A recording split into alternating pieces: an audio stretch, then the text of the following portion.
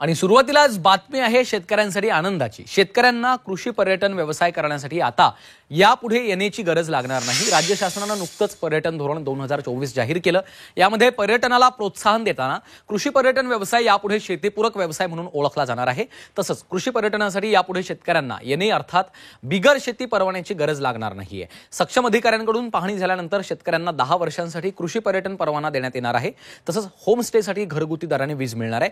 Tree house, आदिवासी झोपड्या, eco house या निवासस्थानांना देखील परवानगी मिळणार आहे।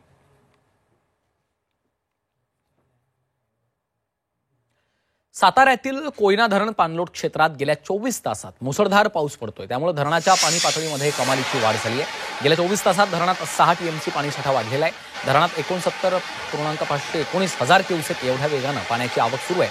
धरण परिसरामध्ये गेल्या 24 तासात 176 मिलीमीटर तर महाबळेश्वर परिसरात 245 मिलीमीटर पावसाची नोंद झाली आहे।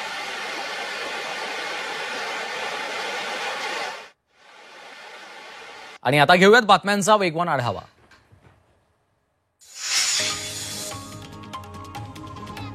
पीक विमा काढण्यासाठी शासनानं मुदतवाढ दिल्यामुळे अमरावती जिल्ह्यातल्या शेतकऱ्यांना दिलासा मिळाला आहे। जिल्ह्यातील 3,50,000 हेक्टर क्षेत्राचा पीक विमा काढणं अजूनही बाकी आहे। त्यामुळे शेतकऱ्यांनी त्वरित विमा काढण्याचं आवाहन प्रशासनानं केलंय।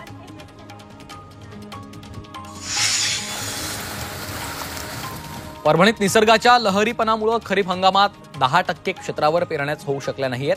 मृग नक्षत्रातील हलक्या फुलक्या पावसावर काही भागात शेतकऱ्यांनी पेरण्या केल्या होत्या। मात्र त्यानंतर अतिमुसळधार पावसामुळे पिकांचं नुकसान झालं, तर अनेक ठिकाणी शेतकऱ्यांना पेरण्याही करता आल्या नाहीयेत। बीडच्या मुळुकवाडीमध्ये आलं काढणीला मजूर मिळत नसल्यानं शेतकरी चिंतेत सापडलाय।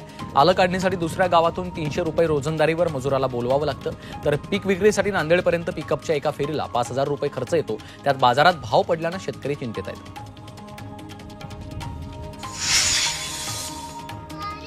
पुण्याच्या भोर तालुक्यात भात लावणीचं काम सुरू आहे। या दरम्यान एक चिमुकला शेतकरी रिमझिम पावसात अभंग भक्तिगीत गातोय।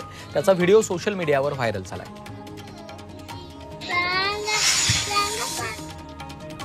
पावसामुळे फ्लॉवर शेतातच सडल्यानं शेतकऱ्याचं मोठं नुकसान झालं।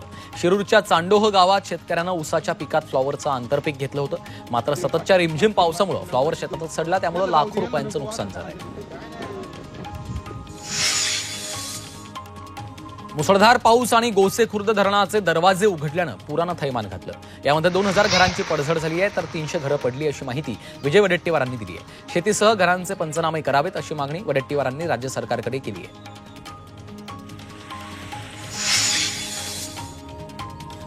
लातूरच्या कोराळी इथल्या ओढ्याला मोठ्या प्रमाणात पाणी आल्यानं ओढा ओव्हरफ्लो झाला। नागरिकांना आपला जीव मुठीत घेऊन पुलावरनं प्रवास करावा लागतोय, तर ओढ्याचं रुंदीकरण करण्यात आल्यानं शेतकऱ्यांच्या समस्येत आणखी भर पडली आहे।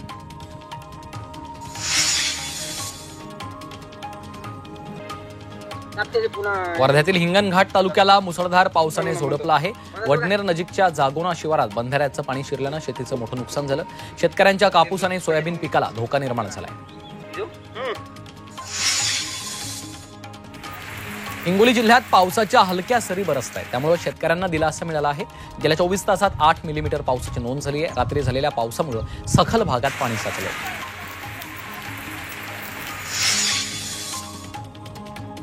यवतमाळच्या दारव्हा तालुक्यातल्या मोझर इजारा गावालगतचा नाला फुटला आहे, त्यामुळे पुराचं पाणी थेट शेतात शिरलं।